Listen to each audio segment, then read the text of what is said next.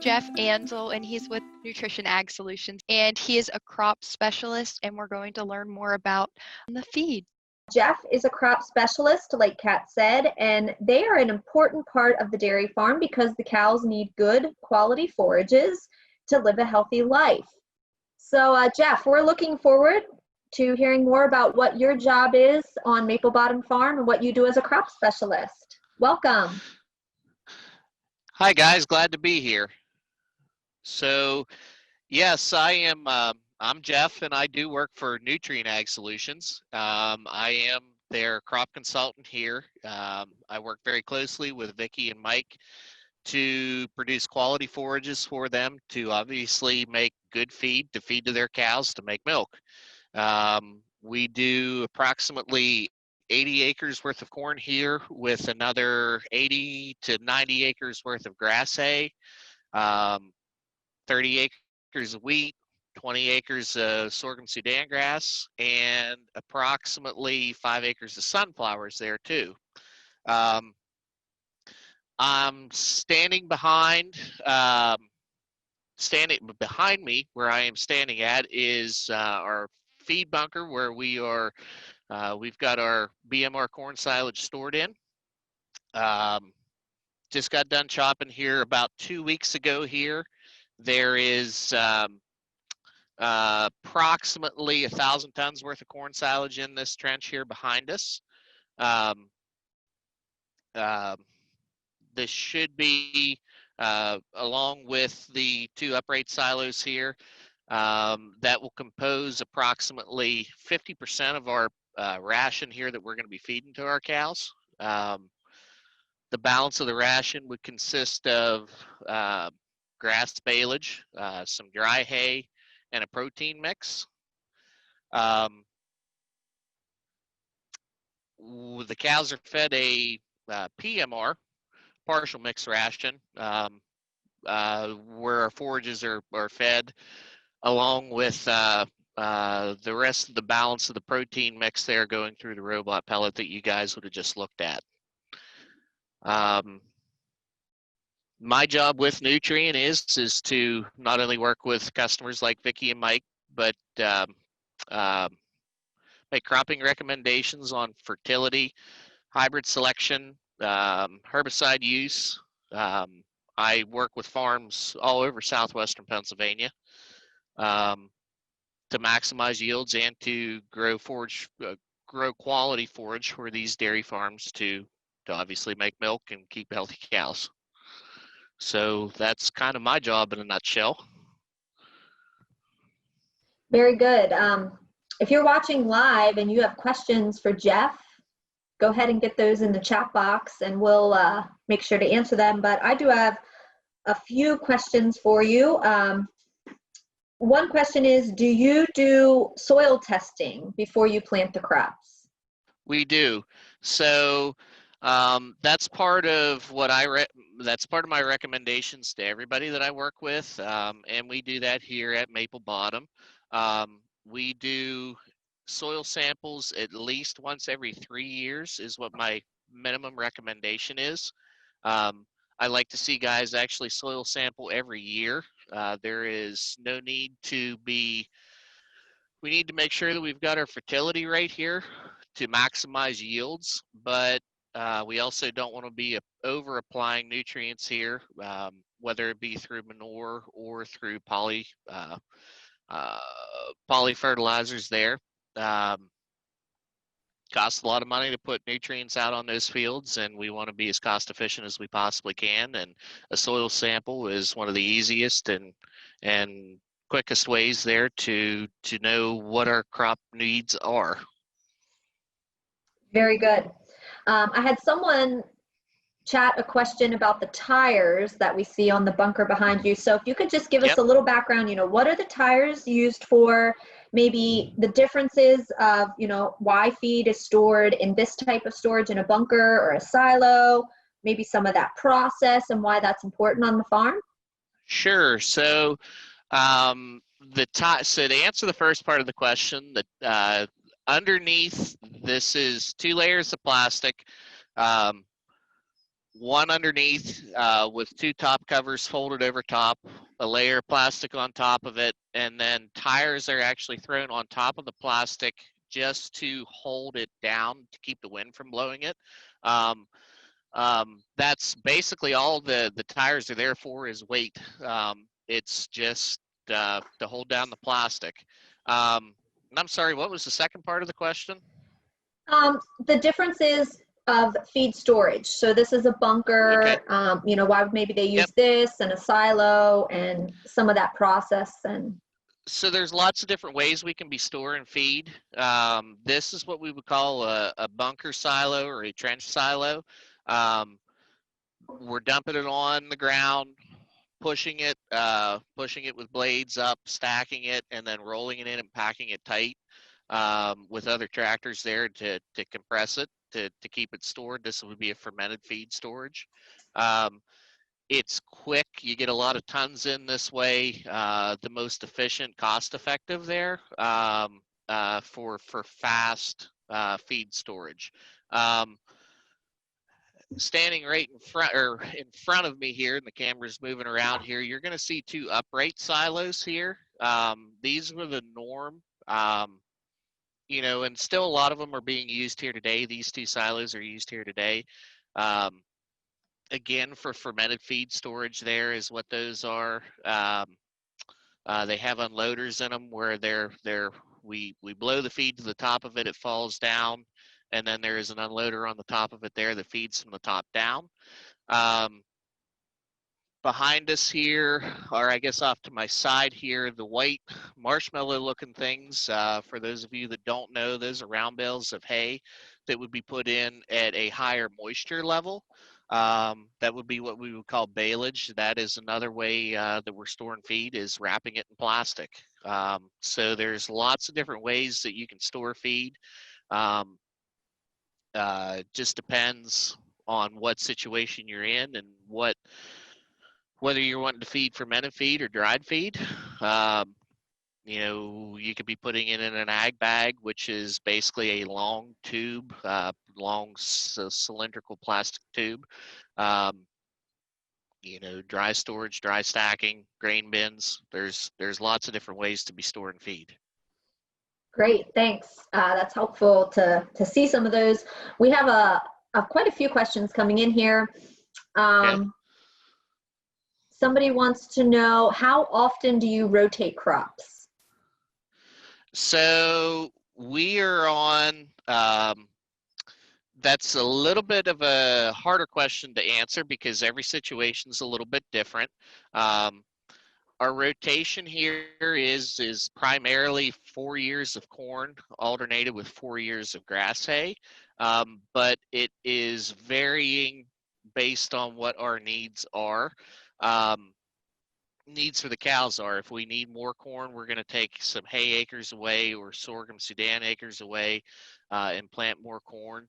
But typically a 4 on, 4 off rotation is kind of what we are doing. A lot of my other producers are going with a 3-crop rotation where we're doing 1 year of corn, 1 year of soybeans, and 1 year of wheat. It all depends on what, here again, going back to our soil samples, it all depends on what our fertility is here on some of these farms and what our yield goals are to know what our rotation should be. But here we're going with 4 years of corn rotated to 4 years of hay. The bean, we did not plant any beans here this year, soybeans. We actually rotated that out this year. We're going to be putting wheat in because we've got a greater profit opportunity with wheat than what we do with soybeans. So, yeah, like I said, it all depends on which farm you're at. But for here, we're going with 4 years of corn and then rotating back to 4 years of hay. But that's something you, as the crop specialist, you work with your producers to help them figure out what's best and how to best utilize the land that way. Absolutely. Absolutely. How much corn is grown there at Maple Bottom Farm? We're doing about 80 acres. Okay. 80 acres. worth of BMR corn is what we're doing. Our 2021 year, we've got it planned where we're going to be planting approximately 110 acres of corn. So our rotation here again, our rotation is going to be changing a little bit. We're going to go a little heavier on corn next year. We didn't quite have the yield that we wanted to here this year with our drought that we were in. We're going to be a little bit tight on feed inventories here, so we're hoping that planting 30 more acres is going to build our feed inventory for next year. Okay. Do you have certain times of the year that your job is busier than other times? I do. The months basically starting, and it's depending on kind of what the weather does, but we'll say by the end of March, beginning of April, I'm leaving the house at 4 a.m. and I hope to be home by midnight.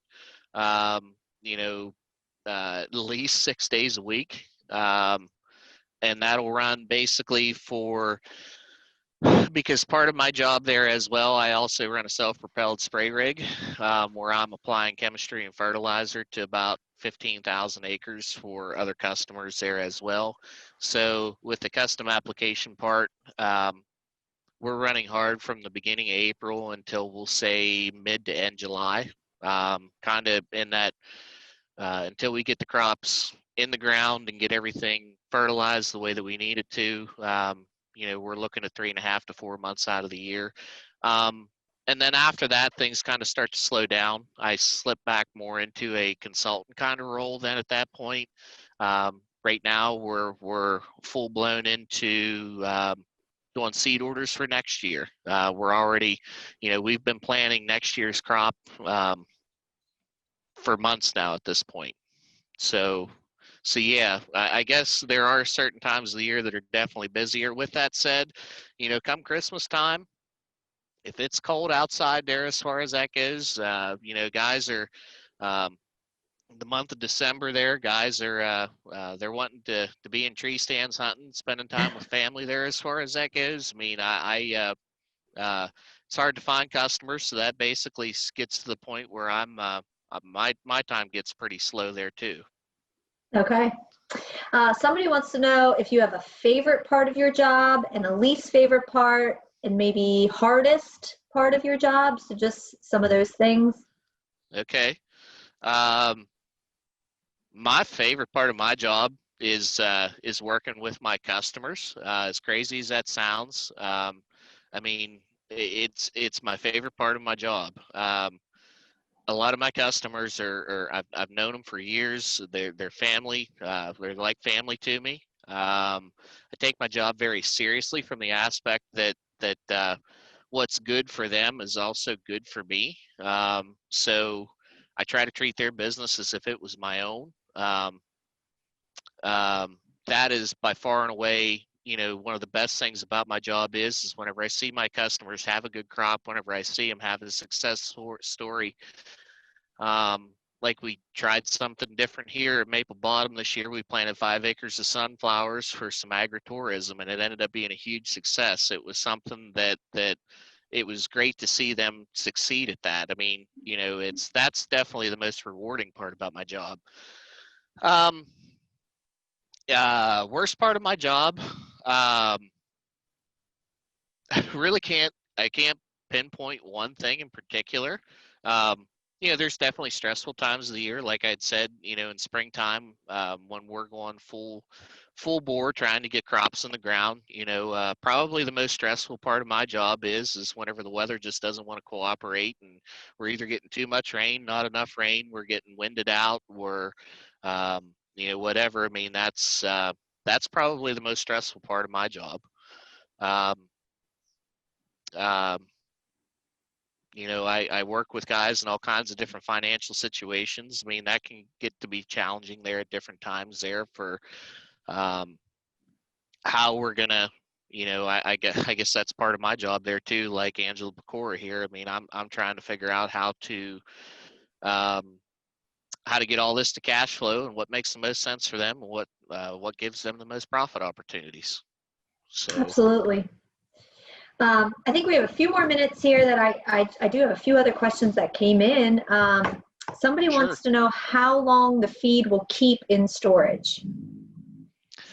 So this fermented feed, here at this farm, it'll be fed pretty much so within 18 months after it was put in. You know, it's storage is one of those tricky things there that if everything goes right, if it's put in at the right kind of moistures, if it's, you know, covered properly, if there's no damage done to it. In the meantime, I mean, you know, assuming the critters don't get into it, that you know, the cows don't get off or don't get out and run across the top of the corn silage trench. I mean, you know, so with that said, I mean, I think that we can safely store fermented feed for, you know, 2-3 years there without too much of a risk. Obviously, the goal is you know, to have enough feed carry over there that we're not running short every year and coming right down to the wire. But I mean, our goal here is that we've got enough feed. We have enough feed for 18 months to basically have a 6-month carryover every year after every cropping season. So I don't know if that answers your question or not. Yeah, I think that's good. One other question for you, and I'm not sure, you know, I know you're not the farmer there, but someone wants to know how they get all this feed that we see behind you and some of those other places you showed us. How do they actually get that from there to the cows? So how do they get that from there to the cows? So that's partly what the mixer wagon down here is for. You know, it's brought into the trenches and into the silo here in trucks, and then at that point we load it with a skid loader into the mixer wagon, where it is going to deliver it to the cows there twice a day there via every time they're mixing feed there, as far as that goes. Okay, that's helpful. Well, we really appreciate you joining us today, Jeff. We can see that your job plays a key role in providing important resources for the cows to be healthy. So thanks so much for your time and sharing your expertise. Thank you.